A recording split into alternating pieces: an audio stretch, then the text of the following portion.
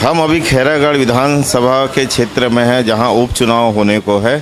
खैरागढ़ के क्षेत्र में कांग्रेस और बीजेपी का महासंग्राम जारी है। हर पार्टी के लोगों को बोलो तो वो बोले मैं जीतता हूँ, कांग्रेस के लोग बोलते हैं तो हम जीत रहे हैं प्रचंड बहुमत से, बीजेपी के लोगों को बोलने से हम प्रचंड बहुमत से जीत रहे हैं। अभी तक यहाँ राजा परिवार से देवव्रत जी जीतते हुए आए थे, जिनका निधन होने के बाद उपचुनाव 12 अप्रैल को होने जा रहा है। हम अभी जनता की दरबार में बैठे हैं माननीय अनिल कुमार जैन जी के साथ।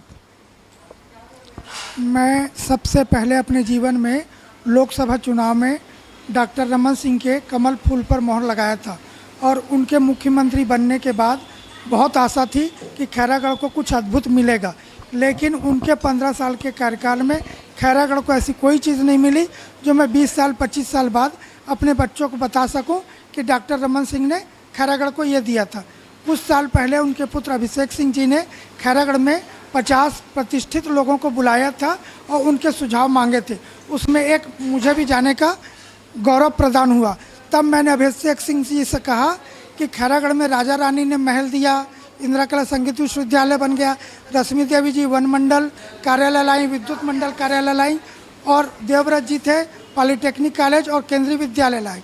आपके पापा बेटे की जोड़ी ने खैरागढ़ को क्या दिया है, ऐसी कोई उपलब्धि नहीं है। और मेरा आपसे निवेदन है कि अगर खैरागढ़ में कुछ खोलना चाहते हो तो देश में बड़ा, प्रदेश में बड़ा, ज़िले में बड़ा एक खैरागढ़ पागल खाना खोल दो, लेकिन वो भी आज तक नहीं खुल सका। डॉक्टर रमन का जन्मभूमि था खैरागढ़। डॉक्टर साहब जब भी खैरागढ़ की आम सभा में आए उन्होंने एक गुड नाइट का नाम लिया, जिसके कंधे पर बैठकर मैं विक्टोरिया स्कूल जाता था बोले, और खैरागढ़ की माटी का कर्ज उतारना है ऐसा भी बोले, और एक बार नहीं अनेक बार बोले। लेकिन डॉक्टर साहब अपनी छाती पे हाथ रख के नहीं बोल सकते कि मैंने खैरागढ़ की माटी का कर्ज उतार दिया।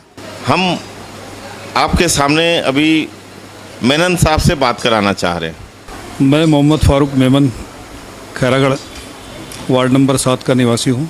इस वक्त जो चुनाव की फिज़ा और माहौल दिख रहा है कि माननीय मुख्यमंत्री भूपेश बघेल जी के आश्वासन और घोषणा के बाद खैरागढ़ के जनमानस में उत्साह का संचार हुआ है और निश्चित ही जिला बनाने की दिशा में एक ऐतिहासिक कदम भूपेश बघेल जी ने उठाया है, तो खैरागढ़ की जनता इसको स्वीकार करती है। और मेरा जहाँ तक मानना है कि हम चाहे किसी पार्टी के कार्यकर्ता हों, मतदाता हों, लेकिन हमारी मातृभूमि, हमारी धरती, हमारी ज़मीन जननी जन्मी भूमिश्च स्वर्गाधिपि गरीयसी पढ़ते रहे हैं, तो उसको साकार करने का वक्त आ गया है कि हम अपनी जन्मभूमि को उसके उचित मान सम्मान तक पहुँचाने में अगर इस चुनाव में भागीदारी बनते हैं तो आने वाली नस्लें हमको याद करेंगी। और हमारा जिला निर्माण संघर्ष समिति का संघर्ष शायद सफल होने के कगार पे है कि हमारी मांग प्रदेश सरकार ने सुनी, और हम ये चाहते हैं कि खैरागढ़ का जनमानस बढ़ चढ़कर इस संग्राम में, इस यज्ञ में अपनी आहुति दे और खैरागढ़ को जिला निर्माण की दिशा में, जिला बनाने के सम्मान और की दिशा में अपना एक एक वोट डालकर खैरागढ़ जिला बनाने की तरफ एक अपना बहुत कीमती मतदान करे।